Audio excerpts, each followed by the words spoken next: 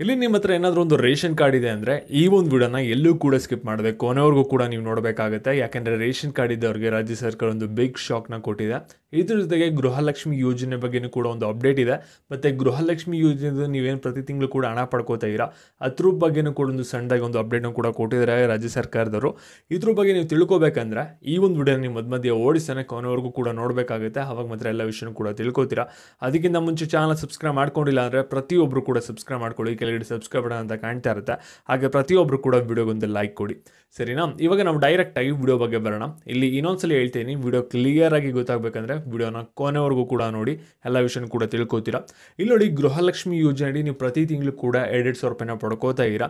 ಇಲ್ಲಿ ನೀವು ಸಾಕಷ್ಟು ಜನ ಕಂಪ್ಲೇಂಟ್ ಮಾಡೋದೇನೆಂದರೆ ಗೃಹಲಕ್ಷ್ಮಿ ಯೋಜನೆ ಸರಿಯಾಗಿ ಬರ್ತಾ ಇಲ್ಲ, ಕರೆಕ್ಟಾಗಿ ಡೇಟಿಗೆ ಆಗ್ತಾ ಇಲ್ಲ ಅಂತಲೂ ಕೂಡ ಹೇಳ್ತಾ ಇದ್ದೀರಾ. ಇದ್ರ ಬಗ್ಗೆನೂ ಕೂಡ ಸರ್ಕಾರದವರು ಒಂದು ಅಪ್ಡೇಟ್ನ ಕೊಟ್ಟಿದ್ದಾರೆ. ಮತ್ತು ರೇಷನ್ ಕಾರ್ಡ್ ಇರೋರಿಗೆ ಮೇಜರಾಗಿ ಒಂದು ಸರ್ಜರಿನ ಮಾಡಿದರೆ ರೇಷನ್ ಕಾರ್ಡ್ ಇರೋರಿಗೆ ಒಂದು ಬಿಗ್ ಶಾಕ್ ಅಂತಲೇ ಹೇಳ್ಬೋದು ಈ ಒಂದು ನ್ಯೂಸು. ಯಾಕೆಂದರೆ ಆ ರೀತಿ ಇದೆ ಒಂದು ಅಪ್ಡೇಟು. ಯಾಕೆಂದರೆ ರೇಷನ್ ಕಾರ್ಡ್ ಇಲ್ಲ ಅಂದರೆ ನಿಮಗೆ ಗೃಹಲಕ್ಷ್ಮಿ ಆಗಿರಲಿ, ಗೃಹ ಜ್ಯೋತಿ ಆಗಿರಲಿ, ಯುವನಿಧಿ ಆಗಿರಲಿ, ಮತ್ತು ಮುಂಬರುವಂಥ ಸರ್ಕಾರಿ ಯೋಜನೆಗಳಾಗಿರಲಿ ಯಾವುದೂ ಕೂಡ ನಿಮಗೆ ಸಿಗೋಕ್ಕೋಗಲ್ಲ. ಸರ್ಕಾರದವರು ರೇಷನ್ ಕಾರ್ಡ್ ಇದ್ದವ್ರಿಗೆ ಮೇಯ್ನಾಗಿ ಒಂದು ಟಾರ್ಗೆಟ್ನ ಮಾಡ್ತಾ ಇದ್ದಾರೆ. ಯಾಕೆಂದರೆ ಇಲ್ಲಿ ರೇಷನ್ ಕಾರ್ಡ್ ಇತ್ತು ಅಂದರೆ ನಿಮಗೆ ಗೃಹಲಕ್ಷ್ಮಿ ಯೋಜನೆ ಸಿಗುತ್ತೆ, ಸರ್ಕಾರದನ್ನ ಕೊಡಲೇಬೇಕಾಗುತ್ತೆ.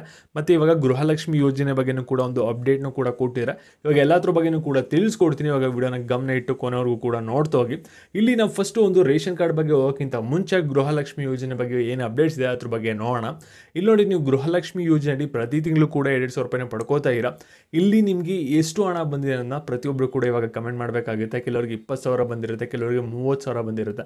ಅಂದರೆ 15ನೇ ಕಂತು ಏನು ಹಣ ಬಂದಿಲ್ಲ ಎಲ್ಲನೂ ಕೂಡ ನಾವು ಲೆಕ್ಕ ಹಾಕೊಂಡ್ರೆ ನಿಮಗೆ ಒಟ್ಟಿಗೆ 30,000. ಇದು ಒಂದು ರೀತಿ ರೆಕಾರ್ಡ್ ಅಂತಲೇ ಹೇಳ್ಬೋದು ನಮಗೆ. ಯಾಕೆಂದರೆ ಯಾವೊಂದು ಸರ್ಕಾರನೂ ಕೂಡ ನಿಮಗೆ ಇಷ್ಟು ಹಣ ಕೊಟ್ಟಿರಲಿಲ್ಲ ಮಹಿಳೆಯರಿಗೆ. ಈ ಒಂದು ಸರ್ಕಾರ ಕಾಂಗ್ರೆಸ್ ಬಂದು ನಿಮ್ಗೆ ಎಲ್ಲರಿಗೂ ಕೂಡ ಹಣನ ನೀಡ್ತಿದೆ, ಅದು ಕೂಡ ಉಚಿತವಾಗಿ. ಇದನ್ನ ಅಪ್ರಿಷಿಯೇಟ್ನ ನಾವು ಮಾಡಲೇಬೇಕಾಗುತ್ತೆ. ಇವಾಗ ನಿಮ್ಗೆ ಯಾರಿಗಾರಿಗೆ 30,000 ಬಂದಿದೆ, 25,000 ಬಂದಿದೆ, ಎಷ್ಟು ಹಣ ಬಂದಿದೆ ಅದನ್ನ ಕಮೆಂಟ್ ಮಾಡಿ. ಯಾಕೆಂದರೆ ನಿಮ್ಗೆ ಖುಷಿನೂ ಕೂಡ ವ್ಯಕ್ತಪಡಿಸ್ಕೊಳ್ಳಿ. ಸರ್ಕಾರಕ್ಕೆ ಎಷ್ಟು ನಿಮ್ಗೆ ಹಣ ಬಂದಿದೆ ಅದನ್ನ ಕಮೆಂಟ್ ಮಾಡೋ ಮುಖಾಂತರ.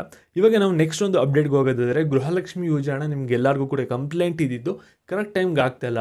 ಒಂದು 5ನೇ ತಾರೀಕು ಆಗ್ತಾರೆ, ಒಂದ್ಸಲ 10ನೇ ತಾರೀಕು ಆಗ್ತಾರೆ, ಒಂದ್ಸಲ 25ನೇ ತಾರೀಕು ಆಗ್ತಾರೆ ಅಂತ ನೀವು ಸಾಕಷ್ಟು ಜನ ಕಂಪ್ಲೇಂಟ್ ಮಾಡ್ತೀರಿ. ಇದ್ರ ಬಗ್ಗೆ ಒಂದು ಮೇಜರಾಗಿ ಒಂದು ಅಪ್ಡೇಟ್ ಬಂದಿದೆ. ಏನೊಂದು ಅಪ್ಡೇಟ್ ಬಂದಿದೆ ಅದ್ರ ಬಗ್ಗೆ ನಿಮಗೆ ಈಗ ತಿಳಿಸ್ಕೊಡೋದಾದ್ರೆ, ಇಲ್ಲಿ ನೋಡಿ, ಗೃಹಲಕ್ಷ್ಮಿ ಯೋಜನೆ ಮುಂದಿನ ವರ್ಷದಿಂದ ಅಂದರೆ ಜನವರಿಯಿಂದ ಗೃಹಲಕ್ಷ್ಮಿ ಯೋಜನೆ ಪ್ರತಿ ತಿಂಗಳು ಕೂಡ ಇಲ್ಲಿ 15ನೇ ತಾರೀಕು ಒಳಗಡೆ ಎಲ್ಲರ ಖಾತೆಗೂ ಕೂಡ ಜಮೆ ಮಾಡ್ತೀವಿ ಅಂತ ಒಂದು ಅಪ್ಡೇಟ್ನ ಕೊಟ್ಟಿದ್ದಾರೆ. ಮತ್ತು ರೇಷನ್ ಕಾರ್ಡ್ ಬಗ್ಗೆ ಇರುವಂಥ ಅಪ್ಡೇಟ್ ಏನಂದರೆ, ಇದುವರೆಗೂ ಕೂಡ 91,000 ರೇಷನ್ ಕಾರ್ಡ್ನ ಕ್ಯಾನ್ಸಲ್ ಮಾಡಿದ್ದೀವಿ BPL ಕಾರ್ಡ್ಗಳು. ಆದರೆ ಮುಂದಿನ ವರ್ಷದಲ್ಲೂ ಕೂಡ 1,00,000 BPL ರೇಷನ್ ಕಾರ್ಡ್ಗಳು ಕ್ಯಾನ್ಸಲ್ ಆಗುತ್ತೆ. BPL ರೇಷನ್ ಕಾರ್ಡ್ಗೆ ಏನು 5 ಮಾನದಂಡ ಇದೆ, ಯಾರಿಗೆ ಫಾಲೋ ಆಗ್ತಾ ಇಲ್ಲ ಅವ್ರದ್ದೆಲ್ಲರನ್ನೂ ಕೂಡ ರೇಷನ್ ಕಾರ್ಡಿಂದ ಒಂದು ರಿಮೂವ್ ಮಾಡ್ತೀವಿ ಅಂತ ಒಂದು ಅಪ್ಡೇಟ್ನ ಕೊಟ್ಟಿದ್ದಾರೆ. ಮತ್ತು ನಿಮಗೆ ಇದೇ ರೀತಿ ಅಪ್ಡೇಟ್ಸ್ಗಾಗಿ ಚಾನಲ್ ಸಬ್ಸ್ಕ್ರೈಬ್ ಮಾಡಿಕೊಂಡು ವಿಡಿಯೋನ ಶೇರ್ ಮಾಡಿ.